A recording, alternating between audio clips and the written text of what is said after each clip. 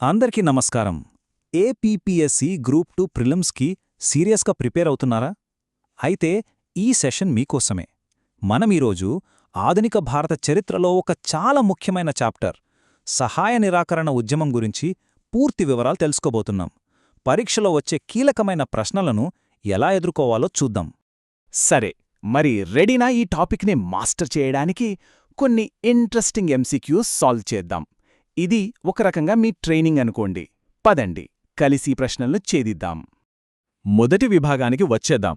ఈ సెక్షన్లో మనం ఉద్యమానికి సంబంధించిన ఫౌండేషన్స్, అంటే లీడర్స్ ఎవరు, వాళ్ల నమ్మకాలేంటి, అసలు ఉద్యమం ముఖ్య ఉద్దేశమేంటి, ఇలాంటి విషయాలపై ఫోకస్ చేద్దాం. సరే, మొదటి ప్రశ్న చూడండి.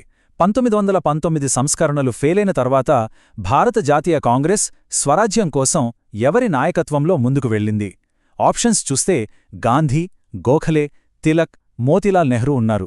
సరైన సమాధానం మీ అందరికీ తెలిసే ఉంటుంది. Option A Mahatma Gandhi. ఎందుకంటే ఆ టైంకి రౌలత్ సత్యాగ్రహం తర్వాత గాంధీగారు ఒక మాస్ లీడర్గా ఎదిగారు. ఆయన నాయకత్వంలోనే కాంగ్రెస్ ఈ పెద్ద ఉద్యమాన్ని మొదలుపెట్టింది. తర్వాత ప్రశ్నకు వెళ్దాం.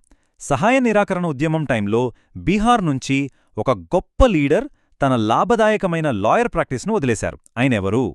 ఆప్షన్స్: జయప్రకాష్ నారాయణ్, రాజేంద్ర ప్రసాద్, సహజానంద సరస్వతి, రాజ్ కుమార్ శుక్లా. ఇక్కడ correct answer B Rajendra Prasad. మిగతా ఆప్షన్స్ ఎందుకు కాదో కూడా చూస్తే క్లారిటీ వస్తుంది. జయప్రకాష్ నారాయణ్ ఆ తర్వాత యాక్టివ్ అయ్యారు. సహజానంద సరస్వతి రైతు ఉద్యమ నాయకుడు. రాజ్ కుమార్ శుక్లా మనకు చంపారన్ సత్యాగ్రహంలో కనిపిస్తారు. సో గాంధీగారి పిలుపు మేరకు తన కెరీర్నే పక్కన పెట్టింది రాజేంద్ర ప్రసాద్ గారు. ఇంకో ప్రశ్న: బీహార్లో రైతులను ఈ ఉద్యమంలో నడిపించింది ఎవరు? ఆప్షన్స్లో స్వామి విద్యానంద్, రాజ్ కుమార్ శుక్లా, శ్రీకృష్ణ సింగ్, జేబీ సేన్ ఉన్నారు. దీనికి సమాధానం ఏ స్వామి విద్యానంద్. బీహార్లో రైతులను ఆర్గనైజ్ చేసి వాళ్ల సమస్యలను నేషనల్ మూవ్మెంట్లో భాగం చేయడంలో ఈయన పాత్ర చాలా కీలకం. ఇది చాలా ఇంపార్టెంట్ క్వశ్చన్. 1920లో ఖిలాఫత్ కమిటీ మీటింగ్ ఎక్కడ జరిగింది? అక్కడే గాంధీగారిని సహాయ నిరాకరణ ఉద్యమానికి లీడర్గా ఉండమని అడిగారు. ఆప్షన్స్: లఖ్నౌ, లాహోర్, అలహాబాద్, కరాచీ. సరైన జవాబు సి అలహాబాద్. ఈ మీటింగ్ హిస్టరీలో చాలా స్పెషల్, ఎందుకంటే ఇక్కడే హిందూ ముస్లిం ఐక్యతకు పునాది పడింది. ఖిలాఫత్, సహాయ నిరాకరణ ఉద్యమాలను కలపాలని నిర్ణయించుకుందిక్కడే. ఆహా, ఇది చూడండి, చాలా ఇంట్రెస్టింగ్ ప్రశ్న. ఉద్యమ సమయంలో బీహార్లో ప్రజలు బలంగా ఒకటి నమ్మేవారట: గాంధీగారి వల్ల గెలుపు మనదే అని. ఎందుకు? ఆయన ఏ ధర్మానికి ప్రతిరూపమని, బి గొప్ప రాజకీయవేత్త అని, సి బ్రిటిష్ వాళ్లని ఓడించే ట్రిక్స్ తెలుసని, డి ఇంగ్లీష్ వచ్చని. ఇందులో సరైన సమాధానం ఏ. చూడండి, అప్పట్లో ప్రజలు గాంధీని ఒక పొలిటికల్ లీడర్గా మాత్రమే చూడలేదు, ఆయనను ఒక మహాత్ముడిగా, ధర్మాత్ముడిగా చూశారు. ఆయన వెంటే ధర్మముంది కాబట్టి విజయం కూడా మనదే అని గట్టిగా నమ్మారన్నమాట. ఓకే, ఇప్పుడు ఈ ఉద్యమం యొక్క ఫలితాల గురించి 2 ప్రశ్నలను కలిపి చూద్దాం. అసలు ఈ ఉద్యమం వల్ల వచ్చిన రిజల్ట్స్ ఏంటి? మరి అందులో అన్నిటికన్నా ముఖ్యమైన ఫలితమేది? ఈ స్లైడ్లో చూద్దాం. ఉద్యమ ఫలితాలేంటంటే: 1. కాంగ్రెస్ కేవలం కొందరి పార్టీగా కాకుండా ఒక ప్రజా ఉద్యమంగా మారింది. 2. బ్రిటిష్ వాళ్లంటే జనంలో ఉన్న భయం పోయింది. 3. హిందూ ముస్లిం ఐక్యత బాగా పెరిగింది. కాబట్టి ఒకవేళ ప్రశ్నలో ప్రధాన ఫలితాలేవి అని అడిగితే ఆన్సర్ పైనున్నవన్నీ అవుతుంది. కాని అన్నిటికన్నా ముఖ్యమైన ఫలితం ఏది అని స్పెసిఫిక్గా అడిగితే అప్పుడు మీ ఆన్సర్ హిందూ ముస్లిం ఐక్యత అవ్వాలి. ఈ తేడా గమనించండి. రైట్, ఇప్పుడు మనం సెకండ్ సెక్షన్కి వెళ్తున్నాం. ఈ సెక్షన్లో వచ్చే ప్రశ్నలకు కొంచెం ఎనాలిసిస్ అవసరం. టైమ్ లైన్స్, కారణాలు, పర్యవసనాలు ఇలాంటివి చూద్దాం. ఇది చూడండి, ఎగ్జామ్స్లో ఇలాంటివి తరచుగా వస్తుంటాయి. ఇచ్చిన జతలలో ఏది కరెక్ట్గా మ్యాచ్ అవ్వలేదో మనం ఒక్కొక్కటిగా చెక్ చేద్దాం. ఈ టేబుల్ చూస్తే మనకు క్లియర్గా అర్థమవుతుంది. Indian national Congress 1885 correct. Bengal విభజన 1905 కరెక్ట్. మోర్లీ మింటో సంస్కరణలు 1909 ఇది కూడా కరెక్టే. కానీ సహాయ నిరాకరణ ఉద్యమం 1930 అనిచ్చారు, ఇది తప్పు. సహాయ నిరాకరణ ఉద్యమం మొదలైంది 1920లో. 1930లో స్టార్ట్ అయింది సివిల్ డిసొబీడియన్స్ మూవ్మెంట్, అంటే శాసన ఉల్లంఘన ఉద్యమం. సో తప్పుగా ఉన్న జత option D.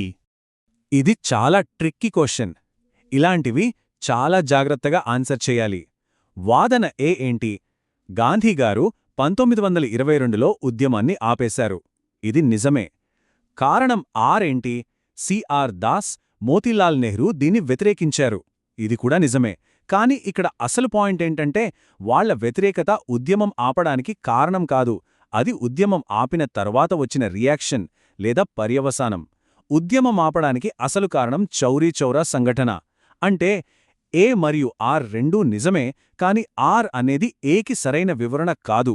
So option B correct. సరే, ఈ ప్రశ్న చూడండి. సహాయ నిరాకరణ ఉద్యమానికి వ్యతిరేకంగా యాంటీ నాన్ కోఆపరేషన్ మూమెంట్ని ఎవరు స్థాపించారు? ఆప్షన్స్: జమ్నాదాస్ ఠాకూర్, దౌలత్ రామ్, జైరామ్ దాస్, మాణిక్ లాల్ వర్మ. సరైన సమాధానం ఏ జమ్నాదాస్ ఠాకూర్. దీన్ని బట్టి మనకేమర్థమవుతుందంటే కాంగ్రెస్ తీసుకున్న ఈ ఉద్యమ నిర్ణయాన్ని అందరూ సపోర్ట్ చేయలేదు. కొంతమంది ఇండస్ట్రియలిస్టులు, లిబరల్స్ దీన్ని వ్యతిరేకించారన్నమాట. ఓకే, ఇప్పుడు మనం మూడో విభాగానికొచ్చాం. భారత స్వాతంత్ర ఉద్యమంలోనే ఒక మేజర్ టర్నింగ్ పాయింట్ ఇది. మొత్తం సహాయ నిరాకరణ ఉద్యమాన్ని ఒక్కసారిగా ఆపేసిన ఆ సంఘటన అదే చౌరీచౌరా. ముందుగా ఈ సంఘటనకు సంబంధించిన బేసిక్ ఫ్యాక్ట్స్ చూద్దాం. ఎప్పుడు జరిగింది, ఎక్కడ జరిగింది అంటే తేదీ, జిల్లా, రాష్ట్రం, ఈ మూడు ప్రశ్నలను కలిపి చూద్దాం. సమాధానాలు చాలా సింపుల్ అండ్ క్లియర్. ఈ సంఘటన జరిగింది 1922 ఫిబ్రవరి 4న. ప్లేస్ వచ్చేసి ఉత్తరప్రదేశ్లోని గోరఖ్పూర్ జిల్లా. ఈ మూడు ఫ్యాక్ట్స్ చాలా ఇంపార్టెంట్, గుర్తుపెట్టుకోండి. సరే, బేసిక్స్ తెలిసాయి. ఇప్పుడు అసలు విషయానికొద్దాం. అసలు ఉద్యమాన్ని ఎందుకు ఆపేశారు? ఈ నిర్ణయం గురించి గాంధీగారేమనుకున్నారు? ఈ ప్రశ్నలన్నిటికీ సమాధానం ఒకటే. ఉద్యమానికి ప్రాణం అహింస. చౌరీచౌరాలో జరిగిన హింస ఆత్మనే దెబ్బతీసింది. అందుకే గాంధీగారు వెంటనే ఉద్యమాన్ని ఆపేశారు. దేశం ఇంకా ఇంత పెద్ద అహింసా పోరాటానికి సిద్ధంగా లేదని ఆయన ఫీలయ్యారు. ప్రజల సంసిద్ధతను అంచనా వేయడంలో తాను చేసిన పొరపాటును ఆయనే స్వయంగా హిమాలయన్ బ్లెండర్ అంటే హిమాలయమంత తప్పు అని చెప్పుకున్నారు. ఈ సీక్వెన్స్ ఆఫ్ ఈవెంట్స్ అర్థం చేసుకోవడం చాలా ముఖ్యం. ఫస్ట్, చౌరీచౌరాలో హింసాత్మక సంఘటన జరిగింది. వెంటనే కాంగ్రెస్ వర్కింగ్ కమిటీ బార్డోలీలో మీట్ అయ్యి ఉద్యమాన్ని ఆపేయాలని తీర్మానం పాస్ చేసింది. ఆ తర్వాత అఫీషియల్లో ఉద్యమాన్ని నిలిపివేశారు. దీని ఫలితంగా బ్రిటిష్ గవర్నమెంట్ గాంధీగారిని అరెస్ట్ చేసింది. సో ఆ కరెక్ట్ ఆర్డర్ 1, 2, 3, 4. ఓకే, మనం ఫైనల్ సెక్షన్కి వచ్చేశాం. ఉద్యమం ఆగిపోయాక ఏం జరిగింది? మరి ఈ మొత్తం అనాలిసిస్ నుంచి మనం ఎగ్జామ్ కోసం నేర్చుకోవాల్సిన పాఠాలేంటి చూద్దాం. 1923-28 మధ్యలో దేశంలో విప్లవాత్మక కార్యకలాపాలు అంటే రెవల్యూషనరీ యాక్టివిటీస్ ఎందుకు పెరిగాయి? ఆప్షన్స్ చూస్తే లీడర్ల ప్రభావం, ఉద్యమాన్ని ఆపేయడం, ఫారిన్ ఈవెంట్స్, డిమాండ్లను తిరస్కరించడం అని ఉన్నాయి. ఇక్కడ కరెక్ట్ ఆన్సర్ బి. ఎందుకంటే ఉద్యమాన్ని సడన్గా ఆపేయడంతో యూత్లో చాలా నిరాశ వచ్చింది. గాంధీజీ మార్గంపై నమ్మకం కోల్పోయిన భగత్ సింగ్ లాంటి చాలామంది యువకులు విప్లవ మార్గం వైపు వెళ్లారు. ఇది చాలా ముఖ్యమైన పర్యవసానం. ఇది చూడండి, గాంధీగారి నిర్ణయాన్ని విమర్శిస్తూ ఆయనకు వ్యతిరేకంగా నిందారోపణ తీర్మానాన్ని ప్రవేశపెట్టింది ఎవరు? Options: K T Shah, Bipin Chandra Pal, Subhash Chandra Bose, doctor Moonje. Correct answer D, doctor Moonje. దీన్ని బట్టి గాంధీగారి నిర్ణయంపై కాంగ్రెస్లోనే ఎంతటి వ్యతిరేకత వచ్చిందో మనం అర్థం చేసుకోవచ్చు.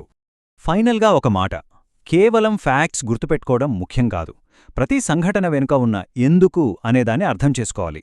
ఒక ఈవెంట్కి ఇంకో ఈవెంట్కి ఉన్న లింక్ ఏంటి, ఇలా కనెక్ట్ చేసుకుంటూ చదివితే విషయాలు బాగా గుర్తుంటాయి. అనలిటికల్ క్వశ్చన్స్కి కూడా ఈజీగా ఆన్సర్ చేయగలుగుతారు. ఈ అప్రోచ్ మీ ఏపీపీఎస్సీ ప్రిపరేషన్లో ఖచ్చితంగా హెల్ప్ అవుతుంది. All the best.